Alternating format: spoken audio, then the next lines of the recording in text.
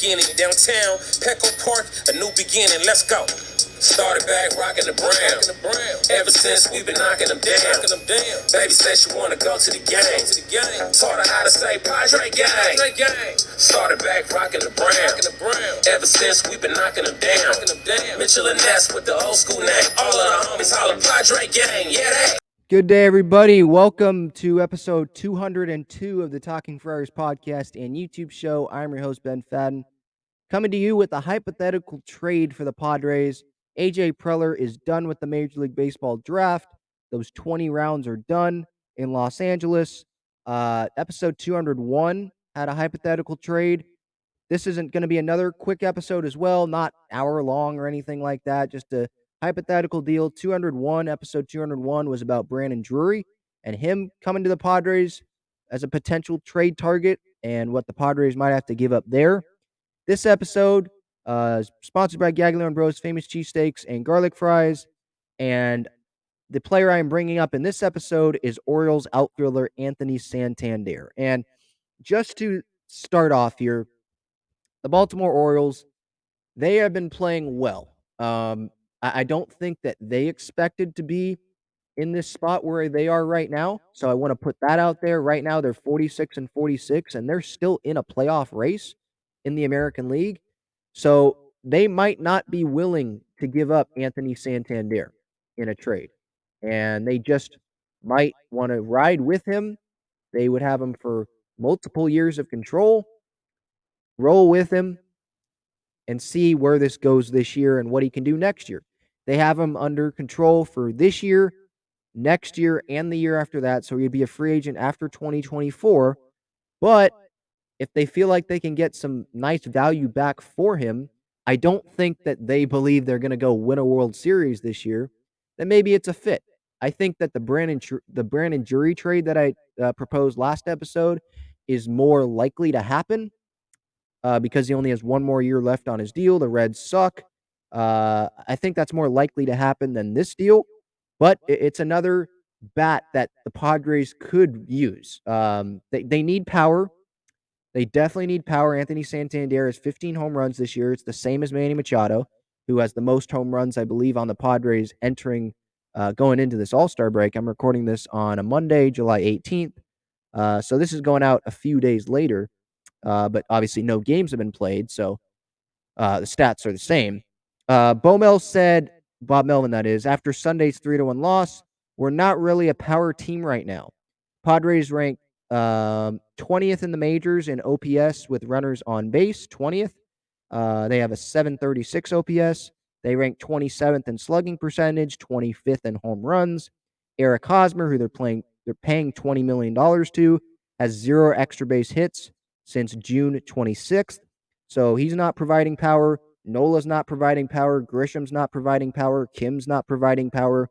Ruiz is not a power bat. So it's really top heavy. Profar's not even a power bat.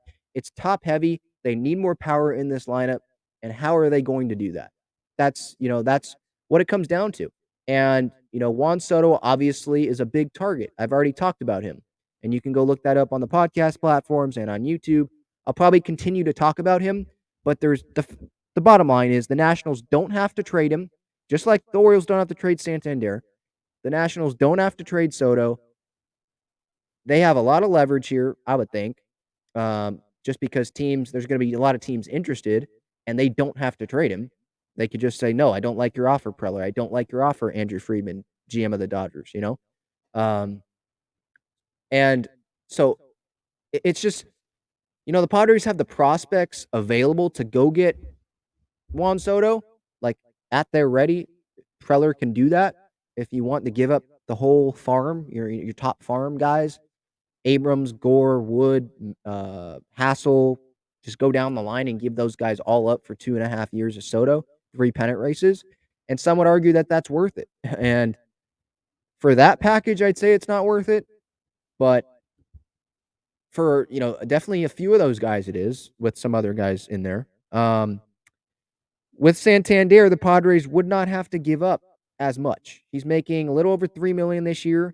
So if you prorate that, that's probably like $1.5 million the rest of the year, which is about how much money the Padres have, I think, before they hit that luxury tax number. So they probably would have to shed some salary in other deals. But as we've seen in the past, AJ Preller is more than willing to make a lot of deals before a trade deadline to, form the right combination of players that he believes will help the team, after the trade deadline. Sometimes it hasn't worked. Obviously, we'll admit that. And sometimes he has failed at the trade deadline, like last year, and then the team collapses.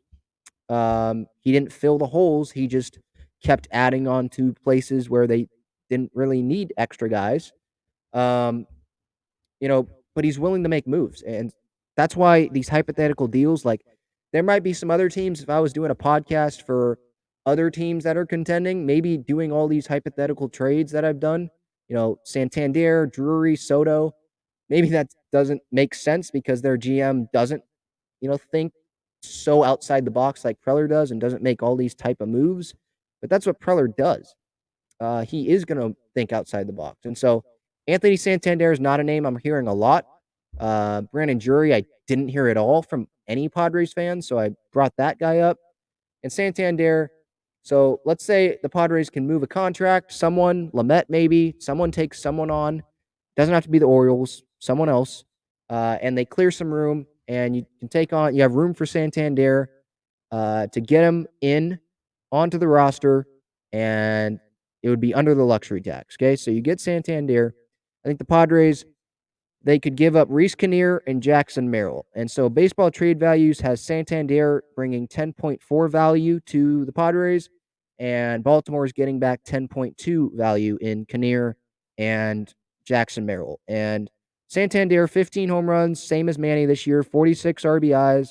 That would be third best on the team. A 748 OPS, that would be the second best on the team behind Manny, whose OPS is, I believe, over 800. So he would slot in probably in the middle of the lineup, maybe third in the lineup, and Manny hit fourth. And I'll bring up a potential lineup here in a second. Again, it's a short episode, just a hypothetical trade, just throwing it out there. It's the All-Star break. Still wanted to get some type of content out for you guys, and it creates a good discussion. So Kinnear, Padres giving him up. They have other options in the bullpen. I brought up Steven Wilson in the last episode with Brandon Drury, a hypothetical trade for him. If they don't want to bring up Steven or give up Steven Wilson, then he can go pitch on the team. And with Kinnear, he hasn't allowed a run in the bigs this year. Yeah, he's a pretty valuable guy that can be called up whenever you want. But if you want Santander, like right now, the priority I would think is to bring in offense. Like it doesn't matter how good the pitching is.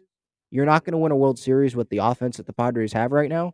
So their first priority should be to go upgrade this offense, and Santander would upgrade the offense a little bit. If you give up Jackson Merrill, he's one of their top prospects. He's a shortstop, can play middle infield. I think he's playing with Lake Elsinore right now alongside James Wood. Yeah, I like Merrill, but his position shortstop, and there's a guy named Fernando Tatis Jr. that's going to be there for the next decade plus. So it seems like Merrill would be blocked. If you don't want to give up Abrams in a Juan Soto deal, or Soto goes to another team. Hopefully, it's someone other than the Dodgers. If it's anyone but the Dodgers, I would feel a little bit better. Obviously, you hope it's here. But if you don't want to give up Abrams, or Soto just ends up going somewhere else in a trade, you can keep Abrams to go play second base if you want Cronenworth to slide over to first base and you don't want Hosmer or Voit playing there every day, right? So I think even then, Abrams will be here for a long time, and then Merrill will still blocked. And center field, Estieri Ruiz might be here for a long time, and then Merrill would be blocked there. I just don't really, obviously there's a bench, but you could still fill the bench with other guys. Eggy Rosario's an infielder. I'm not saying, and Merrill wouldn't be ready for next year. He'd be a long ways away as well. And the Padres right now, they need to win right now.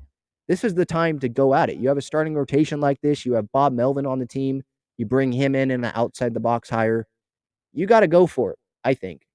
And so if they make this move, this upgrades their team, and Baltimore gets back two controllable guys. One's a prospect, the other is kind of a prospect, and he's already had big league experience. They can plug him in if they don't truly want to give up this year.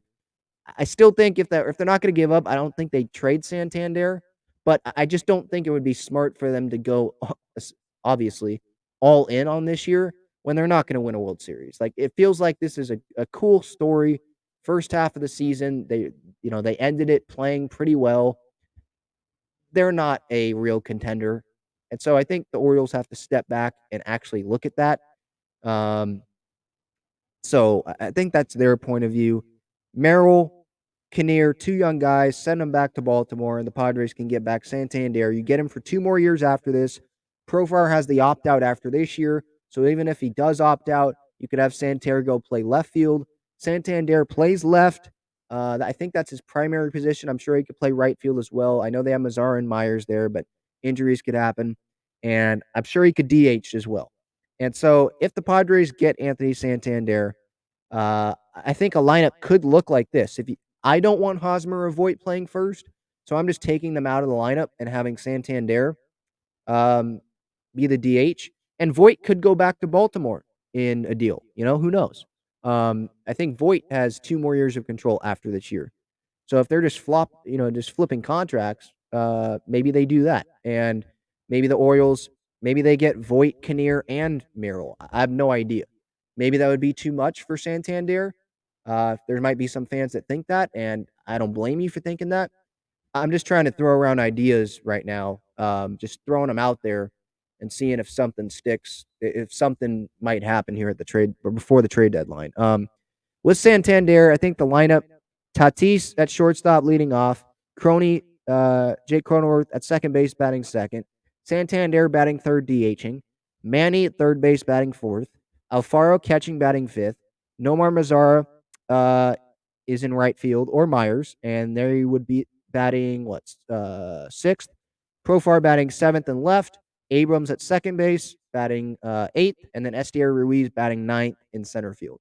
I think that's a pretty good lineup. I think that's a lineup that's better than what it was on Sunday, better than what it's been a lot of this year, because you're adding two maybe all-star caliber players. Tatis definitely, and Santander.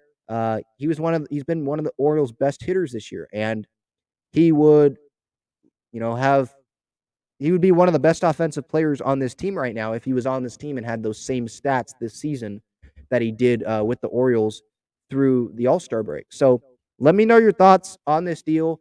I've only been talking for like 12 minutes. Very short episode. Again, Santander, his contract, if it's prorated for this year, we probably have to be paying him $1.5 million or something this year. And if the Padres can dump a contract, it doesn't have to be an expensive one, just a couple million, and they could definitely have room for Santander to pay for this year. And then we'll see what happens 2023, 2024. And you can have him there. Who knows if they put him in left or right, or if they just DH him. Um, we'll see. A lot of moves can happen. Players can be moved. Preller's made a lot of moves where he trades players that we didn't think might be traded. So it's hard to do hypothetical trades when Preller is the GM, but it makes me want to do hypothetical trades because Preller is a madman, and this is probably what he's doing 24/7 when he's not thinking about the draft. And the draft's over as you're watching or listening to this. So let me know your thoughts. This episode brought to you by Gaglione Bros Famous Cheesesteaks and Garlic Fries. GaglioneBros.com to view their entire menu, the addresses, the phone numbers. They have a location inside Petco, Mission Gorge, and Point Loma. Great cheesesteaks and garlic fries. So I encourage you to check those guys out. Joe Gaglione and those brothers, they are great.